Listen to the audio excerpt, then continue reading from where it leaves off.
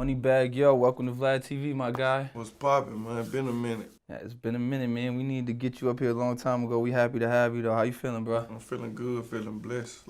Yeah, facts. Let's jump right in it, all right? A lot of people been waiting on this interview, so let's get the people what they want. So let's talk about Memphis, right? You grew up in South Memphis. Yeah, so Set that foundation for us. What it's like out there.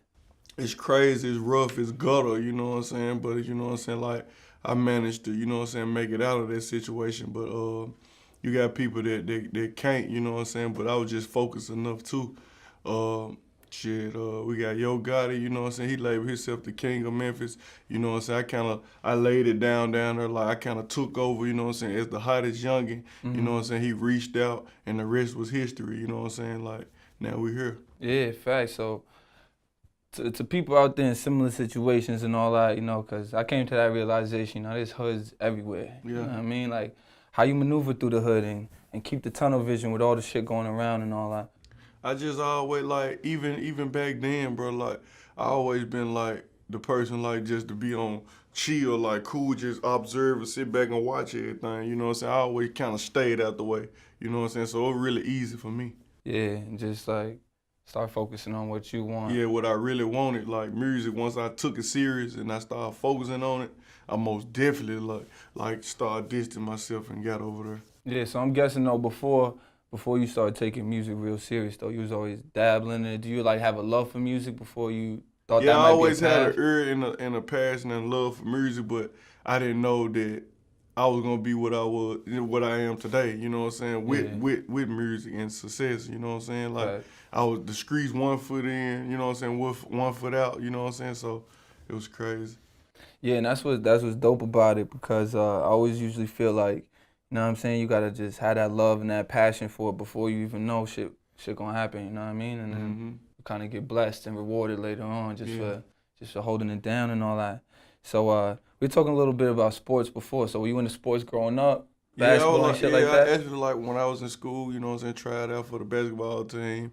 You know what I'm saying? I wasn't like just the person who went to school. No I ball always is life shit, yeah. You know what I'm saying? I was caught up in some more stuff, but you know what I'm saying, like for the most part I did like sports, basketball, you know what I'm saying? And then when I played football I was a wide receiver, so you know. Okay. Young white out here, You know see you. I'm a little rusty right now, so you know. Nah, it's cool, it's a different lane. Yeah. So let's talk a little bit about, you know, obviously without getting too graphic and specific with the details, what's one of the biggest losses you took before you got on? In terms of like personal relationships, personal life, anything like that. Oh, okay. That had you questioning yourself and all It's that. easy. My partner, my brother Elo, you know what I'm saying, he died, you know what I'm saying? Like he used to always tell me like, bro, you gotta keep going hard, even when I wanted to give up. Yeah. You know what I'm saying? And I got another brother before him, you know what I'm saying, Sleepy. You know what I'm saying? Both of them, like, I just feel like, you know what I'm saying, every time one of them died, my career elevated. Like, you know what I'm saying? Like every time, you know what I'm saying? So, but like Elo was one of those special people. Like he was always in my ear mashing on me, like telling me, "Look, bro, you gotta do this. You gotta keep going. Keep," you know what I'm saying? So, yeah, that was a real hard loss for me. You know what I'm saying? I wouldn't put his name on the chain and everything. So I just ain't rocking it now. Yeah, respect. Definitely feel that, man. We all, you know, got loved ones and shit that, you know how that shit go. But I'm curious, do you feel like your career would elevate after you took these like such deep personal losses because you start going harder? Yeah, like I always wanted, wow, like, man, why he couldn't be right here? Like, why he couldn't, you know what I'm saying, be right here, like now, you know what I'm saying? But Yeah.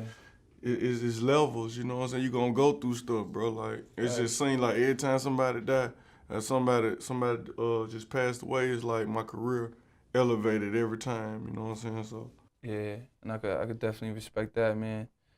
Kind of just pushes you to go harder. yeah, Cause I feel that too. I was always the type of cat that was like, you know, if like my people I love can't indulge in this success with me, it takes a little bit away from it. You know what I mean? I always wanted to just like pull up, throw my man's a duffel bag, like yeah, that's you, nigga. Like look inside, that's all you, my G. Like, so I feel you on that, like just making you go harder.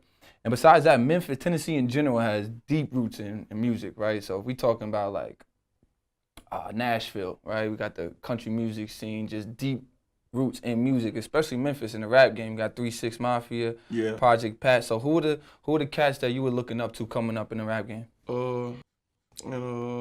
See, I like people like Boosie, you know what I'm saying? I was looking up to like rappers like Boosie, Gotti, you know what I'm saying? People like that, you know what I'm saying? When I was coming up, it's just kind of my lane of rap anyway, you know what I'm saying? All the way street and gutter with it. Yeah. You know what I'm saying? But like now I look up to artists such as Future and Drake, you know what I'm saying? Like the level they at, you know what I'm saying? Like their platform, you know what I'm saying? Like that's what I look up to right now.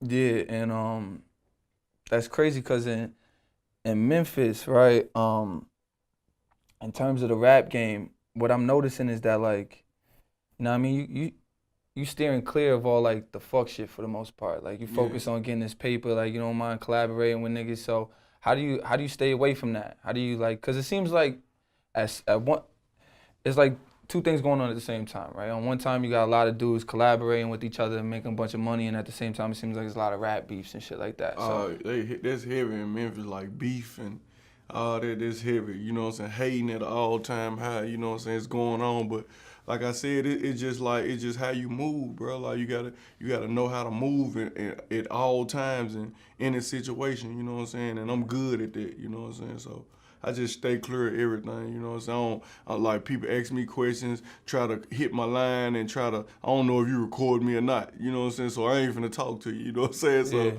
you know what I'm saying? Vice versa, if I was in your face, you know what I'm saying? I'd be like, hey man, I don't know. I don't know nothing about that. And it's dope that you mentioned Boosie and all that because, you know, I was doing my research and we've actually done interviews with Boosie. Wherever you from, you will get hated the most. You know, most rappers die in their own city, man. It's a fact. And, you know, you have haters who was in school with you and they mad because they was in that third grade class with you, but they don't have the same hustle as you.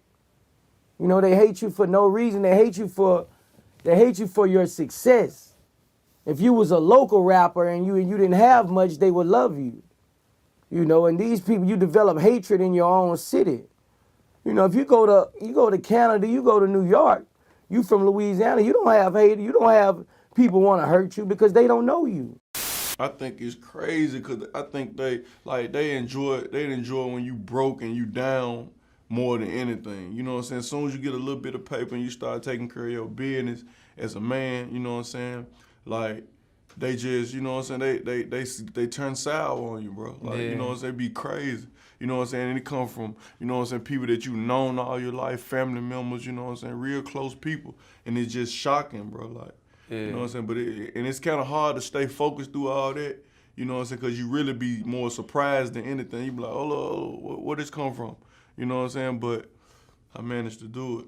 Yeah, for sure, man. And it's like, I never really understood that shit because, for me, the way I operate is like, you know, I feel like hate is like a human emotion, right? Like niggas feel it on different type of levels depending on your character, but everybody feels it to a certain extent. But like I never understood that, like somebody coming up and you mad at them, to me it's like motivation. It's like, yo, we was in the same spot. Like he could do it, that means I could do it. Like, you know what I'm saying?